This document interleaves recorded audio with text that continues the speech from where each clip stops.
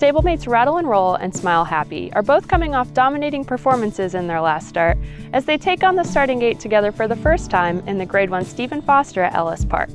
Trainer Kenny McPeek called in from Saratoga to talk to us about the two Lucky 7 stable 4-year-olds and their chances this Saturday. Rattle and Roll, when he won the Grade 1 at Keeneland, we knew we were had our hands on a really good one. Unfortunately, he didn't have a great spring that year. And by later in the season, Rattle and Roll really started to get rolling later as a 3-year-old. But as a 4-year-old, Rattle and Roll was a horse that we started him in fairgrounds, and he ran a good 4th.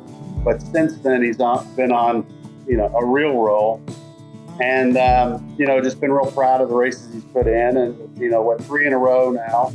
He's a get-the-job-done type of horse. When Flavian Pratt rode him in the Pimlico Special, he nailed it right on time. And then when he came back in the Blame at Churchill, once again, got the job done. Had a real troubled trip in that race and won anyway. So, Rattle and Roll, very workmanlike, easy horse to be around. And once again, timing-wise and distance-wise, the Stephen Foster is an ideal race for Rattle and Roll. Smile Happy is a 2-year-old. Once again, he didn't win a Grade 1, and he hasn't won a Grade 1 yet. But the Kentucky Jockey Club showed he had such raw talent. He didn't have a great spring as a 3-year-old.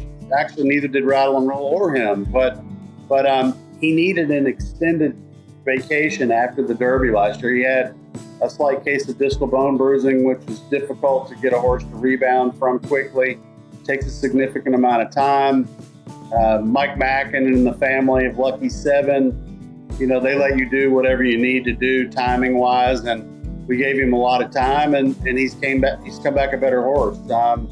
He is the polar opposite a bit of Rattle and Roll in that Smile Happy is a difficult horse sometimes to train. He has days where he doesn't like to go. If he changes routine, it makes him mad. He's definitely a little quirky, but he's got so much raw talent. And the race in the Atlas Sheba showed how, really freaky talented he is. The Mackin family have been in the game for 30 or 40 years. This is a very humbling business, and you can't take anything for granted. But certainly dealing with Mike and Craig and the rest of the family, they understand the sport, put no pressure on me whatsoever, and give me that a bit of a carte blanche in whatever I decide. It'll be interesting. I think that both of them are willing and can go further in distance. So I think 1.25 miles is not a problem. It's a really good position to be in, to be able to have the kind of horses that are going to compete at that level.